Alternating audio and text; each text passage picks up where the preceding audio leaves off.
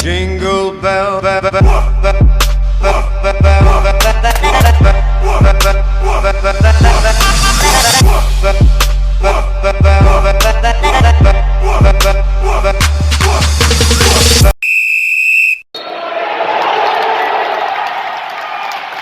Salut tout le monde, j'espère que vous allez super bien. Très heureux de vous retrouver après la vidéo spéciale des huitièmes de finale de la Ligue des Champions PSG FC Barcelone. Pour ce nouveau numéro, nous partons tout de suite en Angleterre. Wilfried Zaha a joint l'acte à la parole. L'attaquant de Crystal Palace a refusé de s'agenouiller samedi avant le coup d'envoi du match face à West Bromwich. C'est une première dans le championnat anglais qu'un joueur ne fait pas ce geste symbolique en hommage au mouvement Black Lives Matter. Mais Zaha avait déjà exprimé à plusieurs reprises son sentiment que le geste avait été vidé de sa portée symbolique. Ma décision de rester debout avant le coup d'envoi était de notoriété publique depuis plusieurs semaines. Il n'y a pas de bonne ou de mauvaise décision pour moi. Personnellement, j'ai le sentiment que mettre genou à terre est devenu juste une partie du protocole d'avant-match, a déploré le joueur dans un communiqué publié sur les réseaux sociaux avant d'ajouter « En ce moment, que l'on s'agenouille ou que l'on reste debout ne change rien. Certains d'entre nous continuent à se faire insulter. A-t-il raison ou pas, c'est à vous de juger. » Out here. But then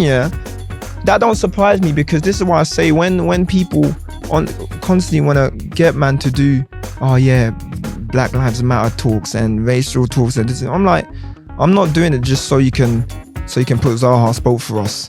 Like a tick box, Yeah, basically. Do you know what I mean? I'm not doing it anymore because unless... Après l'Angleterre, direction l'Italie. Cristiano Ronaldo se défend. Dans un post sur les réseaux sociaux, la star de la Juventus de Turin a répondu aux critiques après l'élimination du club en huitième de finale de la Ligue des Champions. Les vrais champions ne se brisent jamais. Plus important que le nombre de chutes que tu connais dans la vie est de savoir à quelle vitesse et avec quelle force tu te relèves. Nous sommes déjà concentrés sur Cagliari dans la bataille en Serie A, sur la Coupe d'Italie en mai contre l'Atalanta. L'histoire ne peut pas être effacée, elle s'écrit chaque jour avec résilience, esprit d'équipe et beaucoup de travail. Ceux qui ne le comprennent pas n'auront jamais la gloire et le succès, a-t-il posté. Mais Ronaldo n'était pas le seul à prendre sa défense face aux critiques. L'entraîneur de la Juve, Andrea Pirlo, a déclaré lors de la conférence de presse à la veille du match à Cagliari: « C'est normal qu'il y ait des rumeurs parce que c'est le personnage le plus important du football mondial avec Messi, avec 90 buts en 121 rencontres depuis son arrivée en 2018. »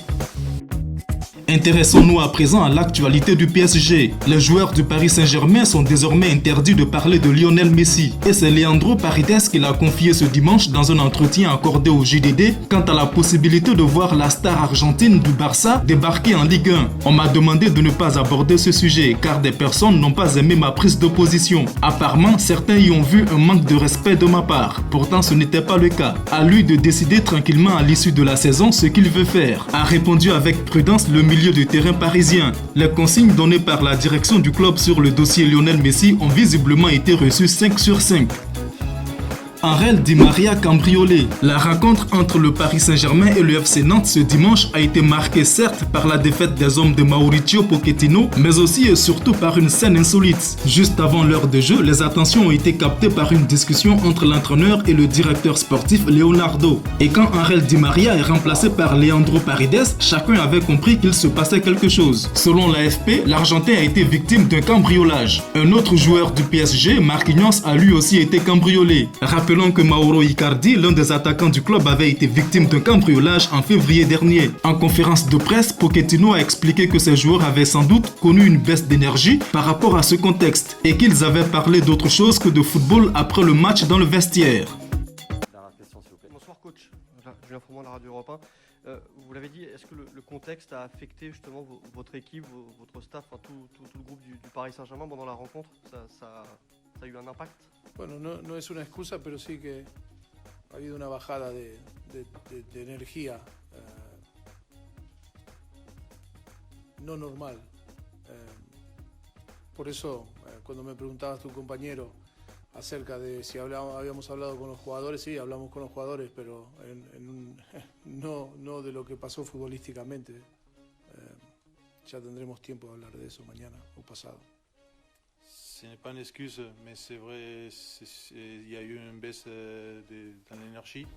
Et quand ton collègue demandait si on avait parlé aux joueurs, oui, on a parlé, mais justement d'autres choses. Merci beaucoup. Merci. On s'arrête là pour ce point de l'actu football, espérant vous retrouver très prochainement pour une nouvelle vidéo. D'ici là, portez-vous tous bien. À très vite.